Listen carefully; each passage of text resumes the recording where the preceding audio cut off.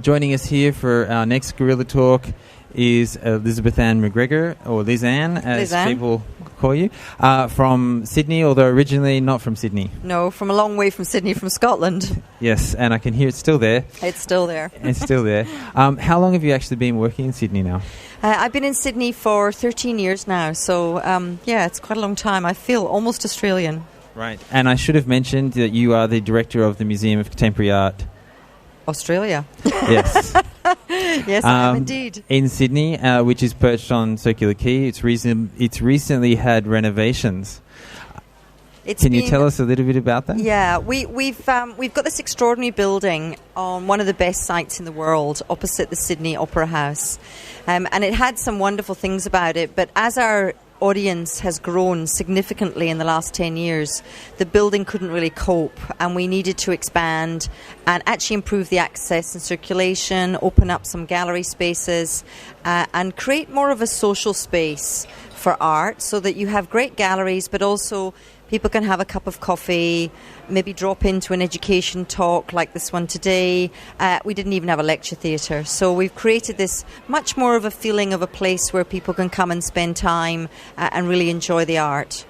Can you tell us a little bit about where the museum came from? I know you weren't necessarily there originally, but Hong Kong is in the process of building its own sort of museums and the West Kowloon project that's responding to a lot of sort of public consultation and so on. What was the situation like in Sydney? When did people decide we need a museum for contemporary art? It's 21 years old, the Museum of Contemporary Art. It actually came out of the university, so it came out of a bequest, actually, a private bequest to the University of Sydney to set up a museum to bring the latest in contemporary art to Australia. Over time, that the university didn't do anything with that money, so it became a little bit of a scandal, and eventually my predecessors were able to persuade them to open a museum with the money, and the government gave them the building. It was intended initially to be a private institution, and it did very well for the first few years, but as often happens, the money really just wasn't there to sustain it. So when I came in 1999, it had a few problems, shall we say, especially of money. And so we had to work to create a different funding structure. And to do that, we really had to demonstrate that we could engage with the local audience and get people in Sydney to be proud of the museum and say it's their museum, not something that was given to them by the university. There was a kind of a politics around that. So it's been a very interesting history, and I'm now pleased to say that the museum is regularly voted one of Sydney's favourite attractions. We even beat the zoo one year, which we're very proud of. We're not going to talk about comparing animals to artworks, but most people, I think, in Sydney, one of the things they'd appreciate is the fact that you can go to the museum pretty much for free for most exhibitions. Yeah. You negotiated that deal. I made that decision. Actually, I said to the board when I came that I really wanted the museum to be free access, because not many people know who the artists are that we're exhibiting. So it's not like you say Picasso and everybody goes, oh yes, we'll go and see Picasso. You say, all contemporary artists, they're just not well known. So I believe it's important to allow people to come in and make up their own minds about the work. But I had to do that, obviously, without it causing more financial problems. So we were very fortunate to negotiate a sponsorship for the first 5 years to allow us to take the door charge off and prove that when people came in, actually there was a financial benefit too, because when people come in for free, they still spend money in your store, in your cafe, in your donations box, and ultimately, other organisations are more likely to support you. So financially it makes sense, as well as in terms of visitor numbers. And is that still the model? Absolutely still the model. Once a year, maybe twice, we'll do a big pay show with a well-known artist. We have Anish Kapoor later this year, which we're very excited about. Right. That's your blue chip show. That's our blue chip show. Nice. I think a lot of museums are feeling that pressure to really have the big names. I'm still interested in what sort of a pitch you made to your sponsor, which is a big telecommunications company in Australia. How do you convince people to give you that sort of sponsorship? How do you make them... You know what I mean? In Australia, in Asia, there's really not an institution I can think of that would be comparable in terms of having free entry to something like a contemporary art or contemporary culture venue? I think the reason was that the telecommunications company was at a particular point in its development. It was trying to change its image. And I was able to persuade them that aligning it with a contemporary art museum, which traditionally attracts a younger audience, would actually be good for them, because they were trying to launch new products, new smartphones. This is 13 years ago, before the avalanche of this is in 2000? technology. 2000. Yep. And so they were very much interested in turning away from being a very old-fashioned company with old handheld landlines into being much more about new technology and younger people.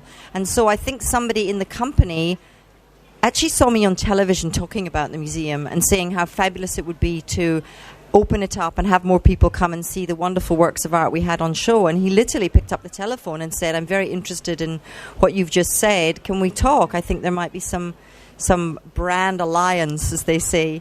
Yeah. And that was really how it happened. And wow. To this day, we always say that I think one of the nice things we did was we didn't say that it was sponsored by Telstra, that's the company. We said free access, thanks Telstra. So again, it was a kind of a different relationship rather than just the old sponsorship. It was like really saying it's thanks to them that we've done this. And they were a very unpopular company, I have to say, because the phone system was not very good. And I grew up in Sydney, full disclosure, and yes, they were unpopular. And so they loved the fact that whenever I would say at openings, free access, thanks Telstra, people would cheer. It's not often a big telecommunications company gets cheered, so they really liked it. And now it's interesting, we're now working with them again, because with the reopening of the museum, we have an incredible digital infrastructure now, and we can actually we can run programs that not only reach kids who come into our education centre, but in their schools all around Australia. So Telstra it has moved on enormously itself in 10 years and is able to help us give that access through the digital infrastructure. It's interesting that you mentioned that, because I'd read about those capabilities and immediately, as somebody who's also worked with education and art education, I thought, well, what are the possibilities and what do people have in mind? In terms of accessing all the classrooms in Australia type rhetoric, is this something that the museum is discussing with, for example, the Board of Education or these sorts of people, that contemporary art is going to be brought into sort of school rooms? Well, interestingly, in New South Wales, contemporary art is already on the curriculum. And coming from the UK, I was astounded at how advanced New South Wales, which is the state where the museum was in this regard. And, of course, we're now seeing a situation where the federal government is putting the arts actually as part of the curriculum. So the answer is yes. We're working very closely with the education departments. And there's huge demand from the schools. If you're a teacher in a rural area and you can't bring your kids to the museum very often, to have access to, say, an interview with Tracy Moffat or Vernon Arkey or any of our fabulous contemporary Australian artists, or even a curatorial tour or a lecture which is classroom-based but then is 6 or 7 other schools can join in, is fantastic, and I can tell you the teachers are really loving it. Did you have outreach programs or workshops that would be mobile and travel around before, or was that something that was too difficult? We have done. We have a wonderful program for children with special needs, and we sometimes bring children to the museum, and sometimes we send specially trained educators out to the special schools. But I'm really passionate about the engagement with the art and with artists. So if I can't get the kids to come to the to the museum, I usually try and work with an artist to send the artist out. So there is that direct link always back to the art. Could you give us an example? Like what sort of situations have you created? Well, we've done some pretty interesting ones in Western Sydney. Australia's a big place. Yeah, right. We've done some very interesting work in Western Sydney, which is the big hinterland of Sydney. And we've worked, for example, with a rugby league club, where we worked with an artist working within the club and doing some photographic projects with the players. We've also done a project in Penrith around how artists can contribute to rethinking how a suburban area works and getting rid of some of those, the dreadful architecture and the terrible things that happen to people in those kinds of areas. Happens in the centre of the city too, I have to say, but particularly looking at the issues around Sydney, because I think one of the wonderful things about working with contemporary artists is they ask questions that nobody else thinks of. and therefore they come up with answers that nobody else thinks of. And working with artists in a much more fluid way, in a way that's much more about the process of creating an artistic work or an artistic way of thinking, as much as sitting in a studio and making an artwork that goes into a gallery. So we've pioneered a number of collaborations with local councils and businesses where we've brought artists in to really answer some of the questions they have about problems the companies might be facing or their relationship with the local community or something like that. And it's been challenging for all parties, but ultimately very interesting. I'm conscious of the time. I do want to come back to the MCA and ask you a little bit more about where it's heading. But I know from doing a little bit of background research that you were once driving a bus around Scotland trying to connect to audiences in a different way. Could you tell us a little bit about that? Well, I always laugh. Whenever I'm going to something like this, my partner says to me, "You're not going to do my days as a bus driver again, are you?" But it is really what started my interest in this very topic, because I trained as an art historian, and I was very fortunate to get this job, which was literally a converted bus where we put the exhibitions on board, and I drove it. I do have a license to drive a bus out to communities in Scotland, and it was a great experience because when you open the doors of a bus, everybody comes in. There's no inhibitions. Nobody thinks it's not for me. And once they're on the bus, they're much more liable to, because I'm there, to have a conversation. They don't feel excluded, which has led me to my conclusion that, as I was arguing last night in the debate, it's not contemporary art that excludes people. It's the way in which it gets presented and the kind of aura of exclusivity that we create around it. And if you make people feel comfortable, and I think the art fair plays an incredible role in this too. I mean, look at the numbers of people here today, young people looking at the work. And I think that driving a bus was a very interesting experience. And the other thing was that when you curate exhibitions, normally you make the exhibition and then you go back in your office and you work on the next one.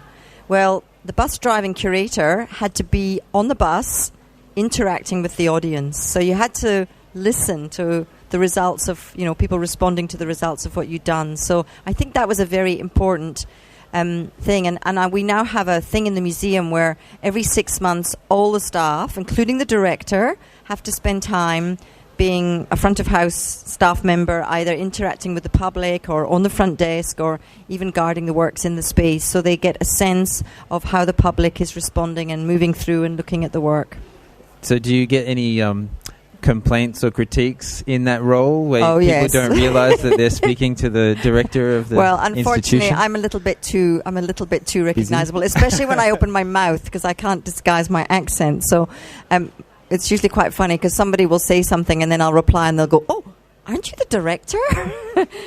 But certainly my other staff who are less recognisable do get very interesting feedback. And that's the other thing. We really have a real passion for making sure that the staff that are the front line, the staff who are engaging with the audience, always give us their feedback so we know what's happening, and they're telling us, you think it's working, well actually it's not. This is how people are not reading these labels, or they are reading this, or this is too high, or this is there. So there's a constant relationship with how people are interacting with the museum. Thanks. Just towards wrapping it up, a bigger question: what are the challenges as a museum? I mean, yesterday we had conversations with Lars, who's going to head the M+ project, and really talking about the value of a museum of walls containing artworks and collecting artworks. Obviously, the new wing at the MCA, and you've talked about digital sort of technologies there that are trying to connect in different ways to audiences. What's the biggest challenge, do you think, for your institution? I think there are two challenges. One is very obvious, and that is money. And I'm sure Lars would have said the same. But the other challenge, I think, is that to harness the new technologies and to make sure that we don't lose sight of the fact that people still want to engage with stuff. I mean, look at today. Everybody's looking at things. They're looking at objects. They're looking at artworks. And that no matter how fantastic, the digital technology is, it will never replace that experience of being in a museum or in a gallery and interacting with the work. And bringing those two things together, doing really interesting things with technology, and we've pioneered a couple of things recently, which is another way of giving people further information, of course, and engaging with them, but ultimately bringing them back to the art. One of our most successful programs is one we run for teenagers, 14 to 18-year-olds. We started off with about 100 coming. The last event 2 weeks ago, we had 560. So and that young that? audience, 14 to 18-year-olds, are loving it. It's a social experience. They come on a Sunday night. They go around the exhibitions with the artists. They get a chance to ask questions. There are opportunities for them to do things. One of your earlier speakers was talking about unleashing people's creativity, and that's one thing I'm really passionate about.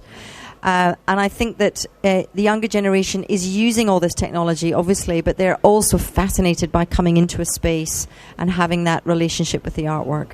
So you wouldn't say that there's been any sort of drop in visitor numbers or younger visitor numbers because they're behind a screen somewhere rather than trying to go and see some art? No, I think that's why the museum has to be a social space. That's why you have to have this idea that you drop in and check something out, you meet your friends, you have a cup of coffee. It is a social space, and that's what people need. I don't think people are ever going to want to sit behind a computer and get all their information from it. Okay. If I've got time for one more question, perhaps, what do you think the challenges then will be from your experience in Hong Kong to make an institution relevant for the spaces that you see here? You have to start with the local. I think all institutions work if you're actually engaging with your local artistic community and your local audience in whatever way that might be. I don't think you can impose things from the top down. I think it really has to come from an interest, and it can be done obviously by people coming in and setting that up, but you have to have a strong conviction that you can grow a local audience. And I'm looking around here today, and there is clearly a big appetite for contemporary art in this city, and I have no doubt that the kinds of people who are running these institutions will be able to harness that interest. Okay. And I'm very much looking forward to working with them. I'm sure they would like to hear you say that. Thanks very much for joining us. It's lovely to be here. Liz-Anne MacGregor, who is the director of the Museum of Contemporary Art in Sydney. That's all, unfortunately, we have time to ask her. But the Guerrilla Talks will continue this afternoon, just after and my colleague, HG, will continue after this. Great. Thank you, Liz-Anne. Thank you.